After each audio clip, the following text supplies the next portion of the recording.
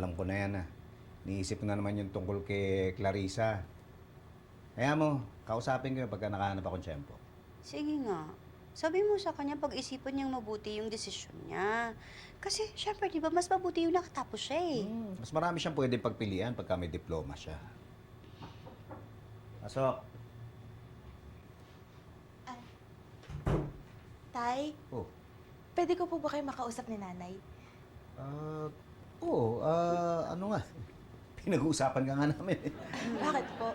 Ay, yung tungkol dun sa, yung decision mo na huwag muna mag-enroll. Ay, mag-enroll na po ako. Yun nga po yung gusto kong sabihin ngayon eh. Ah, ika nga. Oh, ba't bigla nang bago isip mo? Napagdesisyonan ko na po. Tsaka nakausap ko po kasi si Elmer eh. Na-realize ko po na sobrang swerte ko po pala kasi nandyan po kayo ni tatay para suportahan po yung pag-aaral ko.